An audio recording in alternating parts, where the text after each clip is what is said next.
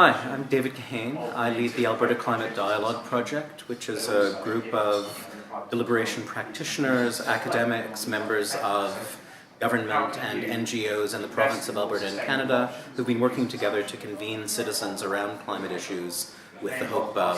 influencing climate policy in that province.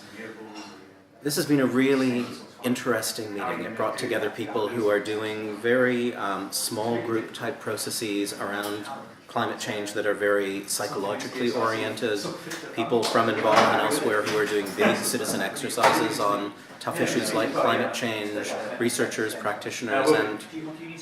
yeah, I guess the issue that looms largest to me coming out of this meeting has to do with the impact of mini-publics or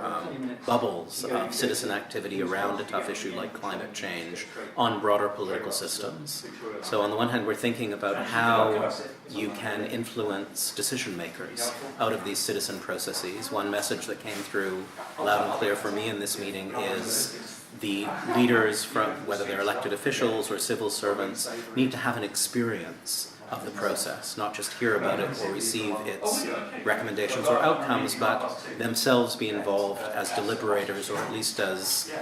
witnesses of a great deal of the process. It's just words on a page until you've been in that room with citizens experiencing what's going on. And the importance of publicity, really having a lot of public eyes through multiple media on the exercise so that members of the broader public can see that there are folks like them in the room talking and understand something of the process that is yielding a particular set of outcomes or recommendations. I guess the other issue that's really palpable to me out of this conversation is how in Alberta Climate Dialogue we've been doing these invited spaces of citizen participation that have a beginning, have an end, have a certain number of citizens involved. That's important and can be valuable.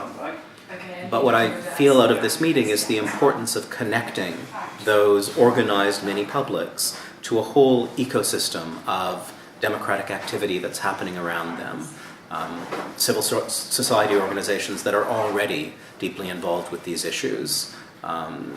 policy communities around these issues. So looking for those naturally arising spaces, those claimed spaces, those invited spaces that already exist in many places in a society, and finding artful ways to weave those together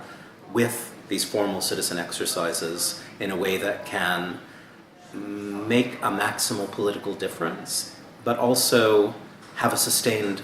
life beyond the period of the intervention that an organization like Involve or like Alberta Climate Dialogue is itself involved in hosting.